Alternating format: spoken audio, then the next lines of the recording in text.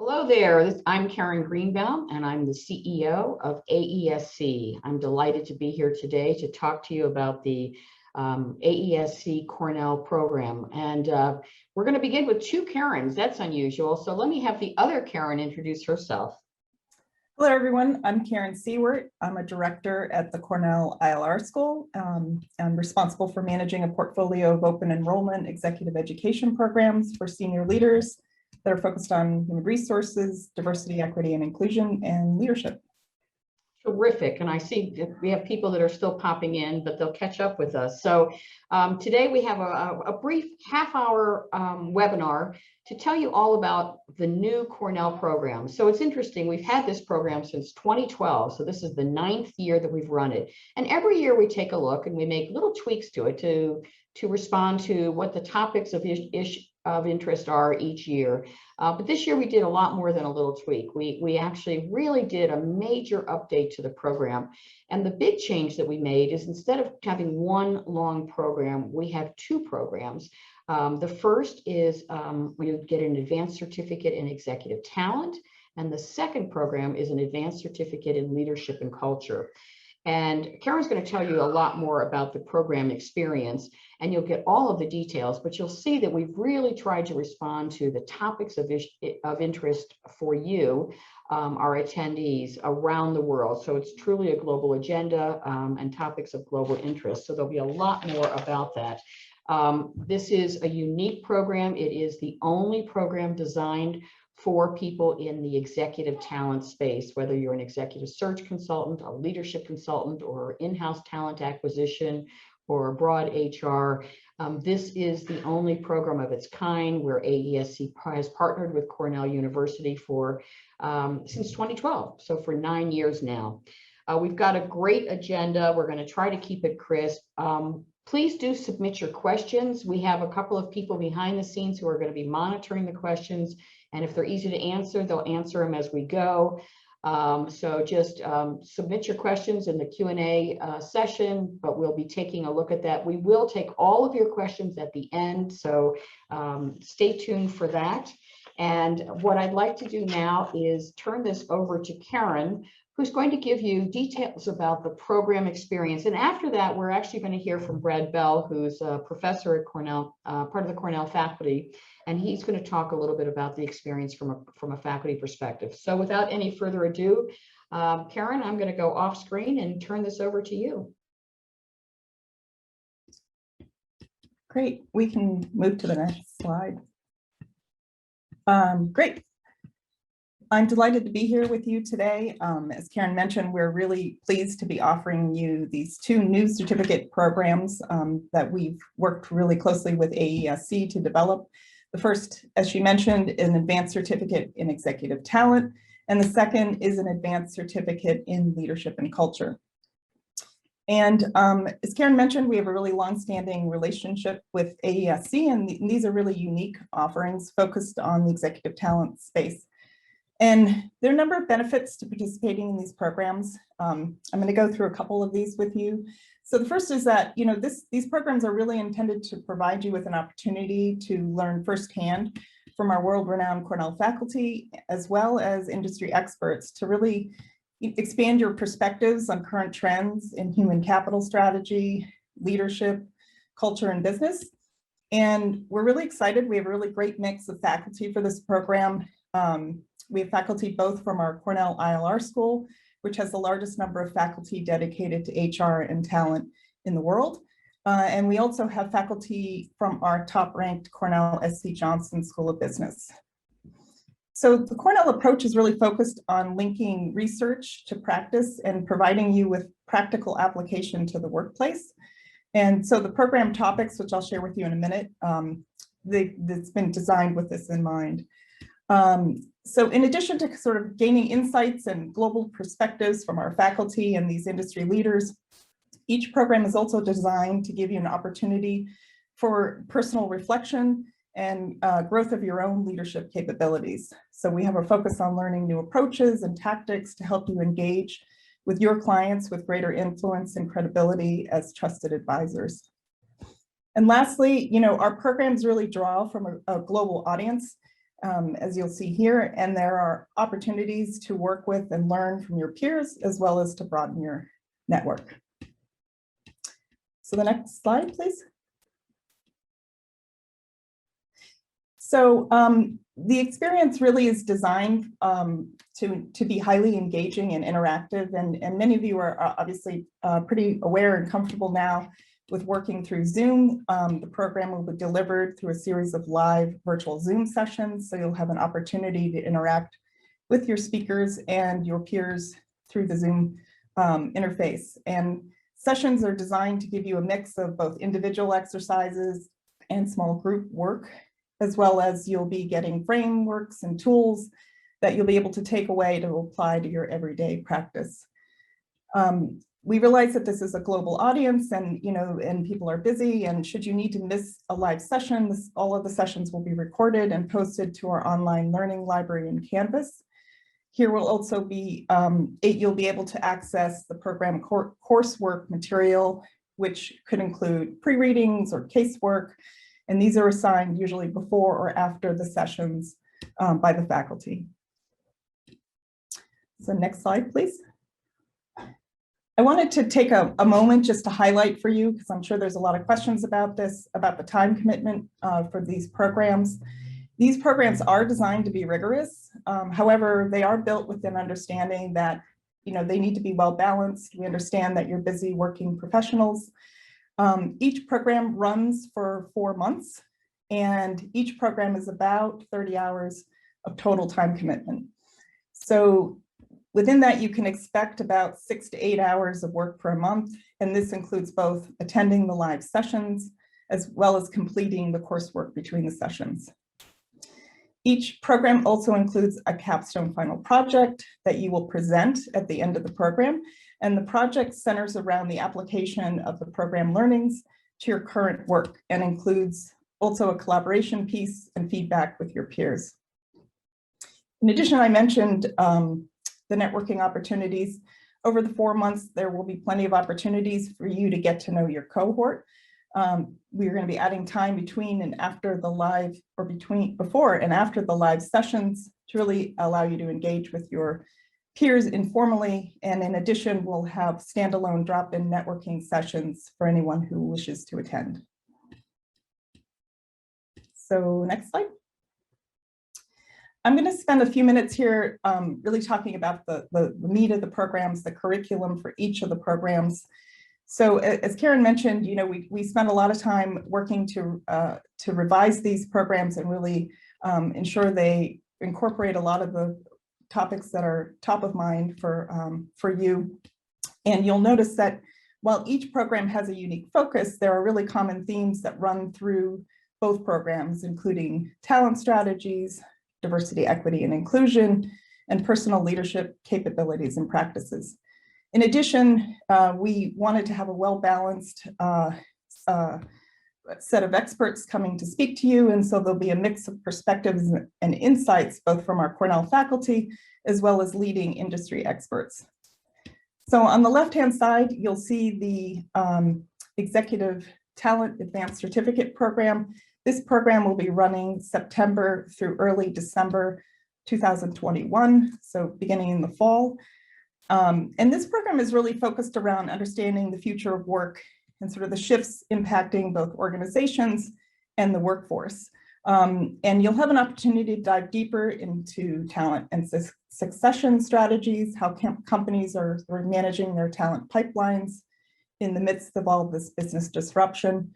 You'll learn insights for how to avoid biases and increase diversity in the hiring process. And you'll also explore how sort of advances in technology and talent trends are driving changes within executive assessment methods. You'll also examine the dimensions of diversity and learn how to reinforce more inclusive behaviors, and have an opportunity to really focus on building your personal leadership capabilities by exploring ways to think critically and act with courage. You'll note we've included a number of expert-led discussions. One is with Mercer on global compensation strategies. Another we're going to be doing on executive assessment. And the third will be a diversity, equity, and inclusion panel. And these are meant to complement the faculty-led sessions and should give you a really rich picture of what's been going on. You'll also see at the end of each program, there's work to complete the capstone project, and then we end with your final project presentations. So moving over to the Leadership and Culture Advanced Certificate, which is on the right, this program will run March through early June 2022, so next spring.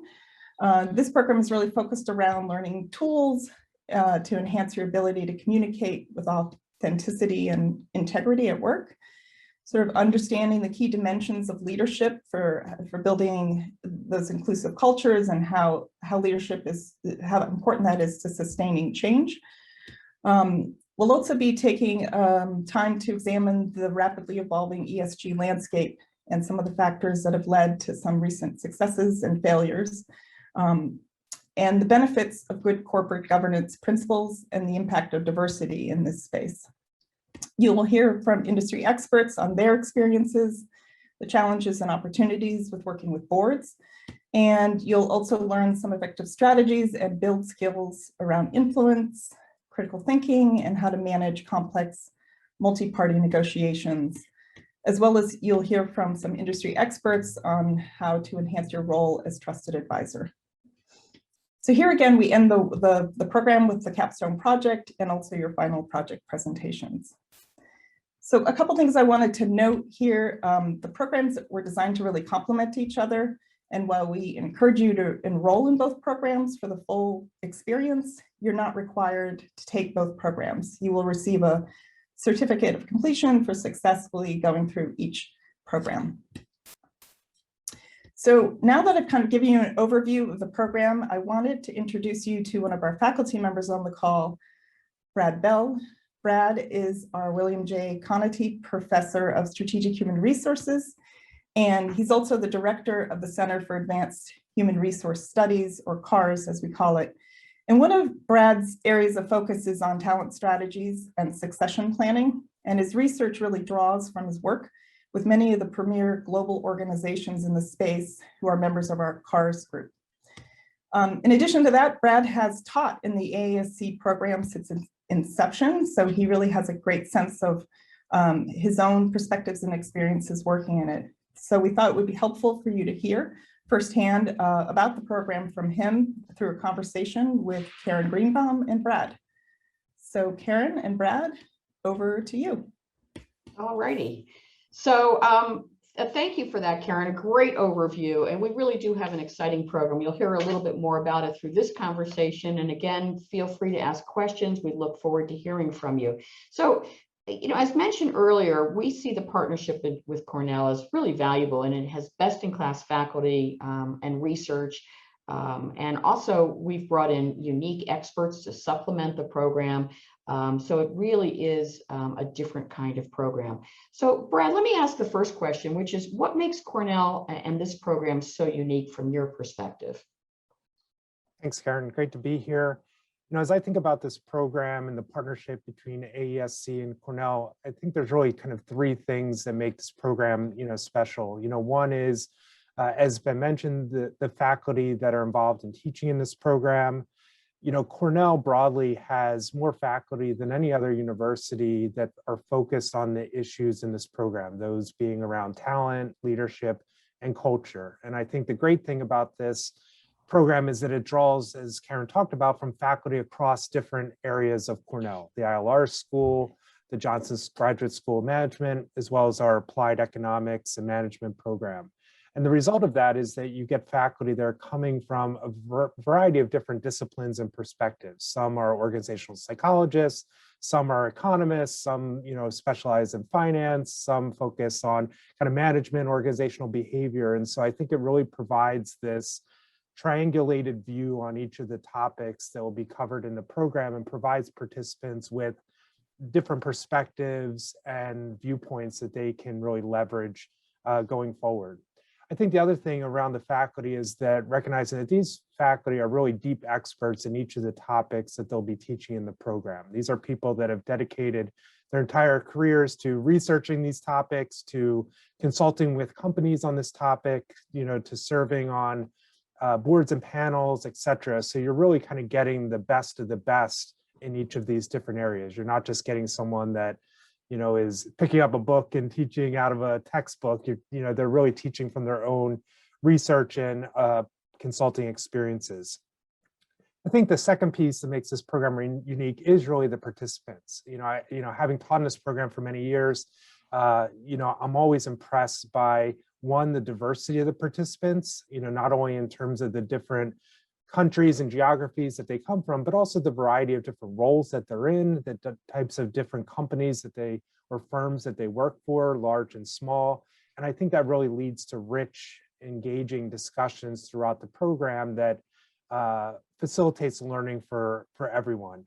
I think also, I found that the participants in this program are not only highly accomplished, but also really committed to learning. So they really make a firm commitment to this program and getting the most from it. And again, I think that benefits the learning of everyone involved. And as a faculty member, makes it really fun to teach in.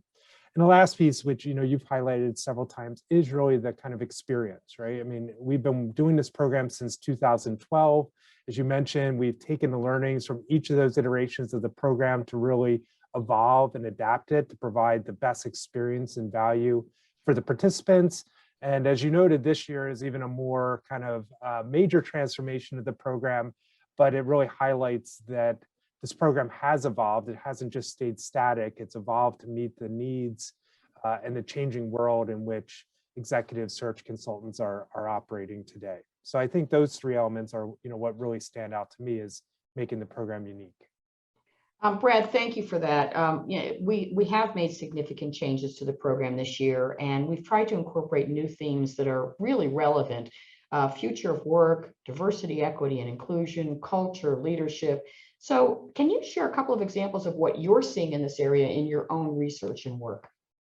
Sure. So as Karen mentioned, one of the hats that I wear here at Cornell is I serve as the director for our Center for Advanced Human Resource Studies. That's a partnership organization. We currently have about 55 corporate partners, mostly big Fortune 100, Fortune 200 firms. We recently did a survey of those firms to ask them, what are those human capital talent issues that are top of mind for them as they navigate, through the pandemic, as well as start to think about, what are things going to look like post-pandemic? And the topics that you just mentioned were the ones that showed up as, those things that are on the radar screen for organizational leaders. One is really this idea of the future of work, and more specifically, the post-pandemic work and workplace. In the near term, obviously, companies are navigating through the return to office, but they're also really starting to think about, once we get through this, what is work going to look like? How do we need to adapt our work models? What is this going to mean for leadership? What's this going to mean for talent recruiting, talent mobility, all of these issues that are covered in this program. So I think more than ever, the expertise that search consultants, bring to the table are really going to be critical for shaping what that future of work 2.0 looks like. The second one is really around diversity, equity, inclusion. This is a huge focus for organizations, not surprisingly, given the events and the kind of turmoil and unrest that we've seen over the past year. And I think, obviously this has been on the agenda for some time, but I think the past year has really accelerated efforts within organizations to think about what should the diversity, equity, inclusion agenda look like going forward, and how does it really need to evolve and be upgraded. So that's a key focus. And the last one that showed up is these issues around kind of leadership and talent. Some of these are evergreen issues that are always on the radar screen, but I also think companies are really looking at, one, leadership and succession as critical, maybe even more critical than before. And the second one is this idea of culture. What is culture going to look like? I think a lot of companies are wrestling with this idea of, as we maybe go to more hybrid or remote work models, how's that going to influence our culture? If we have people, working wherever, what's that going to mean? So these issues around culture and how to shape and maintain culture are really critical for organizations in this kind of post-pandemic reality. So let me ask you a question.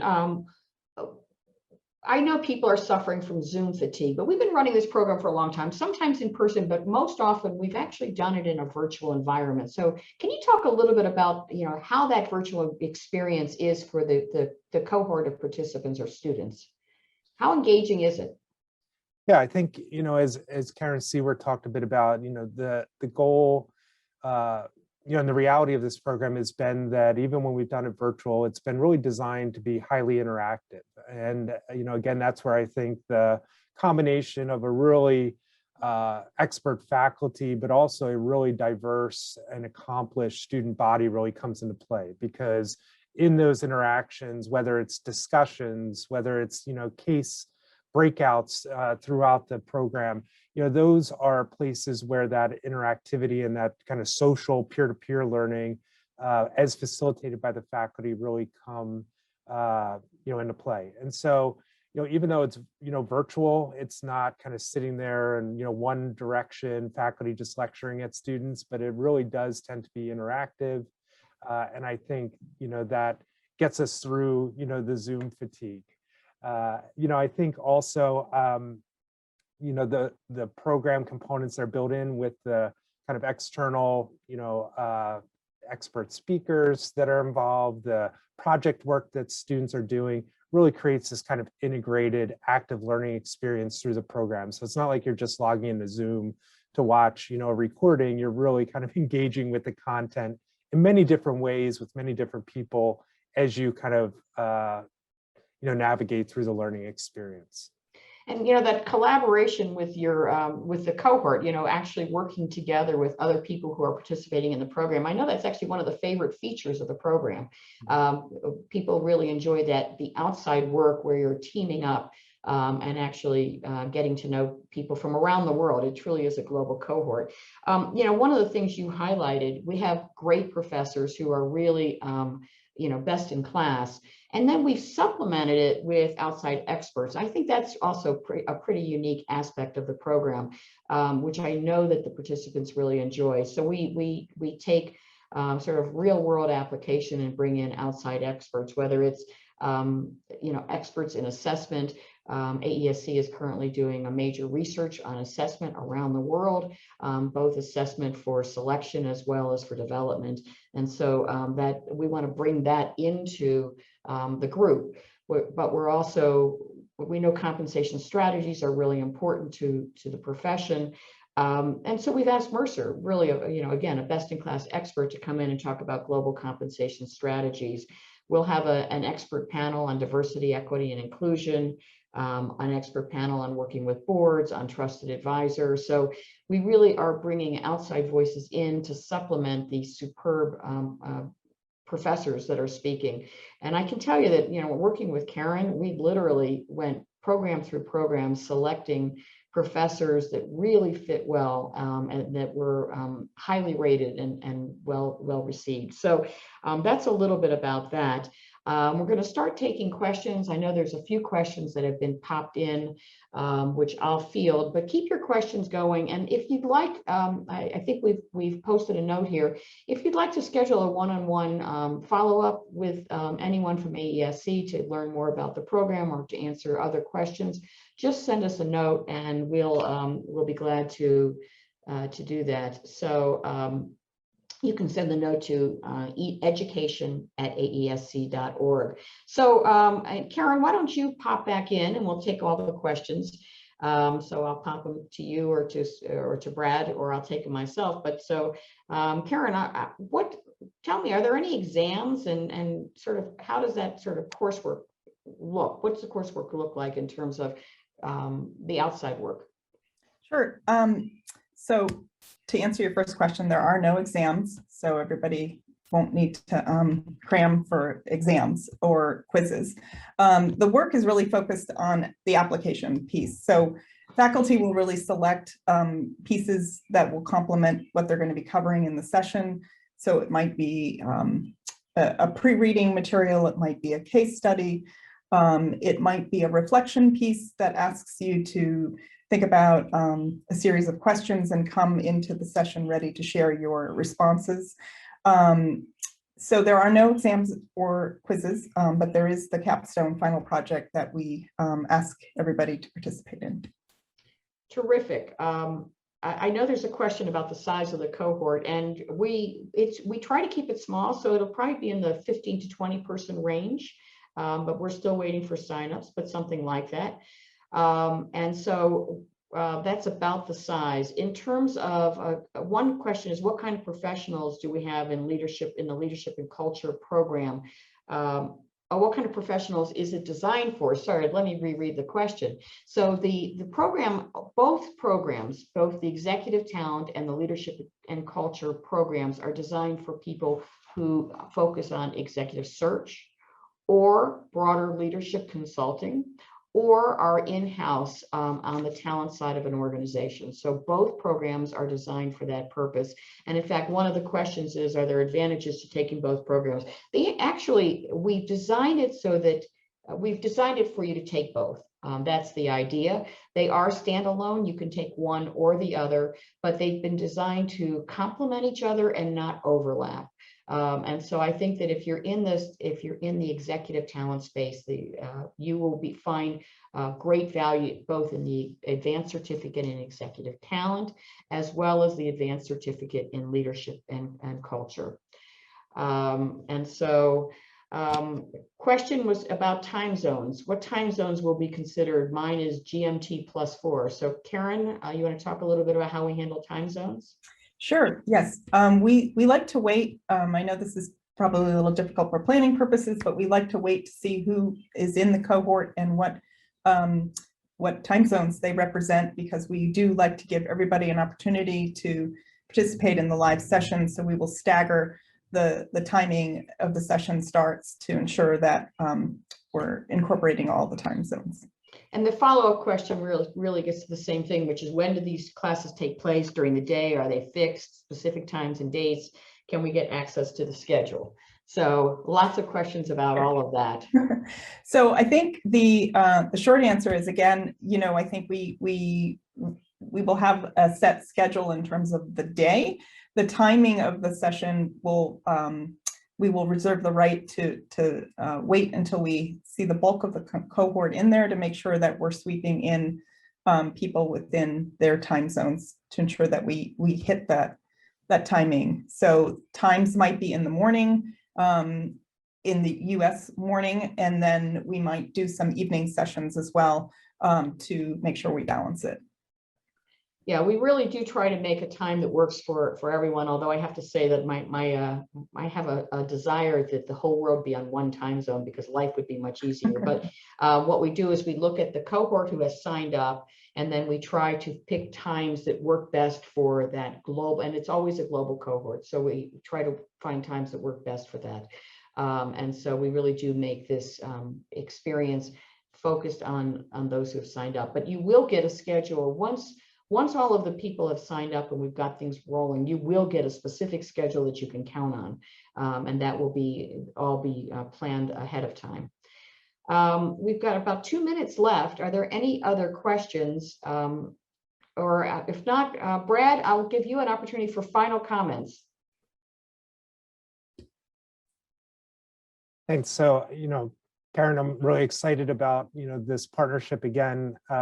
It's great to see that we're kind of moving into our 9th year of the program. For me, it highlights the success that this program's had over the years. The fact that it's probably our longest running program, I believe it is, here at Cornell. But at the same time, as we've talked about, the program really has evolved and hasn't stayed constant. And I think that is, really contributed to the success of the program. And I'm really excited about the content of the program this year, because as I talked about, I really believe that it's, these are the issues that organizations are wrestling with as they come out of this very difficult, challenging, past year plus. And so I think it's really a great opportunity for the students to delve into these topics, really enrich their skills so that they can be even more effective in their roles, supporting organizations as consultants or in-house talent. So there's a final question that you've actually hit on some of it, but let me read the question. There's already a lot of material available online, various Zoom discussions on topics mentioned. What more can one take away from this program? So Brad, I'll give you a chance to highlight an answer, a quick answer, and maybe Karen and I'll also close on that. So each of us will give us a quick response. Yeah, for me, Karen, it's what you highlighted in terms of really this program bridges theory and practice, right? And the fact that, again, you're getting insights from faculty based on world-class research that they've been doing, as well as bringing in practical perspectives that they've gained through their consulting, that you're going to have from outside experts that are coming in, and really marrying those two together. I think a lot of times, you know, we might get exposed to one or the other, right? We see popular press, we see, you know, benchmarking reports out there, but maybe not the research or vice versa. And I think this program is really going to give people this holistic, really deep dive into each of these topics that I don't think you can typically find just, you know, out and about. So Karen, a quick comment on that one and I'll close it out. Sure. So just to come back to one of the comments that you made, when we redesigning this program, we really spent a lot of time with Karen Greenbaum and her AESC team to really delve into the topics within these within each of the programs. And I think that, you know, there is a lot of material out there, but this program is really focused specifically for executive talent. It's very unique in that we, you know, make sure we work to hit on those topics that are particularly relevant for the audience. And then also, I think that there's a lot of richness in the discussions that happen within the Zoom rooms. And, you know, you hear about, you know, learn so much more from your peer group, as well as from the faculty and industry experts. I think you both hit on some of the key points. Certainly you actually develop a cohort, a group, a class, if you will. You learn, you get to know new people around the world who are in the profession in a variety of different ways, sharing experiences, sharing discussions. So it's not just hearing from professors. It is active, it's engaged. It's working with your classmates as you would in any advanced graduate level program. This is a graduate level program. And then we bring in outside experts. So it really is a combination of all of those things. We've gone 2 minutes over time. This has been great. Again, if you have any more questions, we'd love to schedule one-on-one sessions with you. Thank you for participating. Brad, thank you for all you've done with this program all these years. And Karen, it's been great working with you. I'm looking forward to launching the program this year and seeing the fruits of all the hard work we've done. So thanks all.